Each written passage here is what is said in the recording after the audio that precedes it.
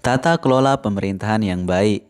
Tahukah kalian, tata kelola pemerintahan yang baik merupakan suatu konsep yang akhir-akhir ini banyak dibahas dalam ilmu politik dan administrasi publik, terutama dalam hubungannya dengan demokrasi, masyarakat sivil, partisipasi rakyat, hak asasi manusia, dan pembangunan masyarakat secara berkelanjutan.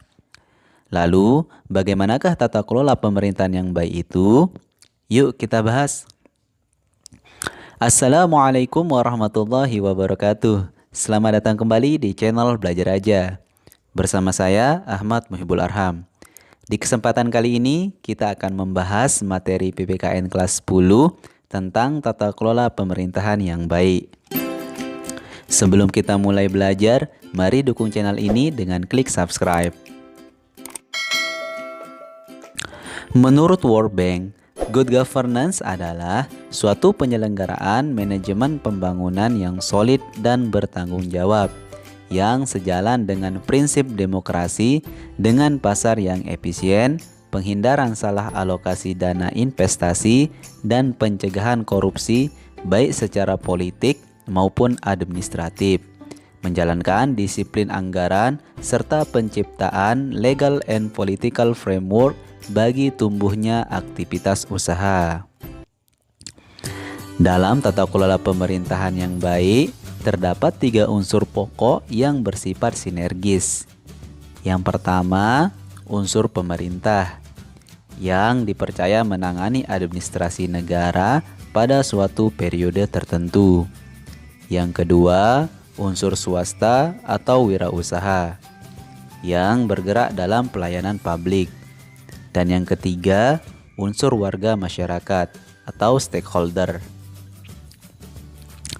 Pada praktiknya, tata kelola pemerintahan yang baik merupakan bentuk pengelolaan negara dan masyarakat yang bersandar pada kepentingan rakyat. Pemerintah dan masyarakat duduk bersama untuk membicarakan masalah-masalah yang dihadapi bersama dan sekaligus merencanakan bersama tentang sesuatu yang hendak dilakukan dan dikerjakan di masa mendatang. Menurut Laude Ida, tata kelola pemerintahan yang baik memiliki sejumlah ciri dan karakteristik sebagai berikut. Yang pertama, terwujudnya interaksi yang baik antara pemerintah, swasta, dan masyarakat, terutama bekerja sama dalam pengaturan kehidupan sosial politik dan sosioekonomi. Yang kedua, komunikasi. Adanya jaringan multisistem antara pemerintah, swasta, dan masyarakat yang melakukan sinergi untuk menghasilkan output yang berkualitas. Yang ketiga, proses penguatan diri sendiri. Ada upaya untuk mendirikan pemerintah dalam mengatasi kekacauan dalam kondisi lingkungan dan dinamika masyarakat yang tinggi. Yang keempat, keseimbangan kekuatan. Dalam rangka mewujudkan pembangunan yang berkelanjutan, ketiga elemen yang ada menciptakan dinamika, kesatuan dalam kompleksitas, harmoni, dan kerjasama. Dan yang kelima, independensi, yakni menciptakan saling ketergantungan yang dinamis antara pemerintah, swasta, dan masyarakat melalui koordinasi dan fasilitasi. Nah, dalam perkembangan selanjutnya, tata kelola pemerintahan yang baik berkaitan dengan struktur pemerintahan yang mencakup hal-hal sebagai berikut.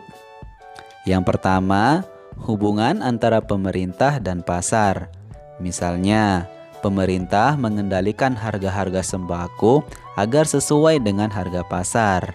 Yang kedua, hubungan antara pemerintah dan rakyat. Misalnya, pemerintah memberikan pelayanan dan perlindungan bagi rakyat.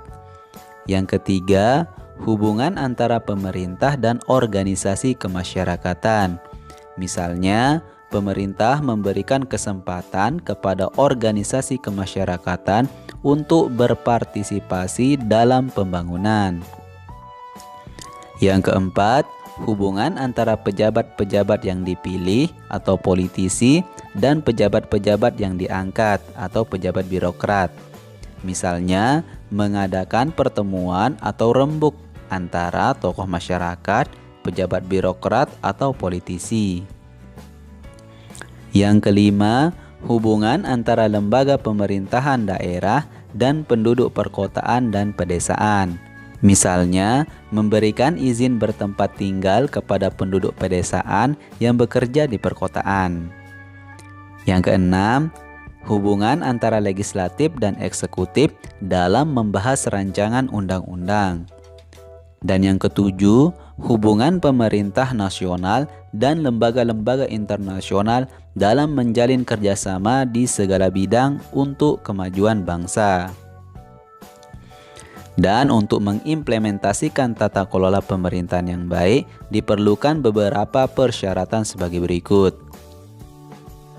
Yang pertama, mewujudkan efisiensi dalam manajemen pada sektor publik.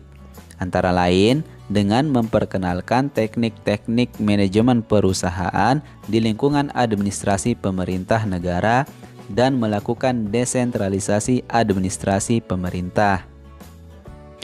Yang kedua, terwujudnya akuntabilitas publik. Sesuatu yang dilakukan oleh pemerintah harus dapat dipertanggungjawabkan kepada masyarakat. Yang ketiga, tersedianya perangkat hukum yang memadai, berupa peraturan perundang-undangan yang mendukung terselenggaranya sistem pemerintahan yang baik. Yang keempat, adanya sistem informasi yang menjamin akses masyarakat terhadap berbagai kebijakan dan atau informasi yang bersumber baik dari pemerintah maupun dari elemen swasta serta LSM. Dan yang kelima, adanya transparansi dalam perbuatan kebijakan dan implementasinya, sehingga hak-hak masyarakat untuk mengetahui keputusan pemerintah terjamin. Nah, salah satu wujud tata pemerintahan yang baik yaitu adanya citra pemerintahan yang demokratis. Pemerintahan yang demokratis merupakan landasan terciptanya tata pemerintahan yang baik.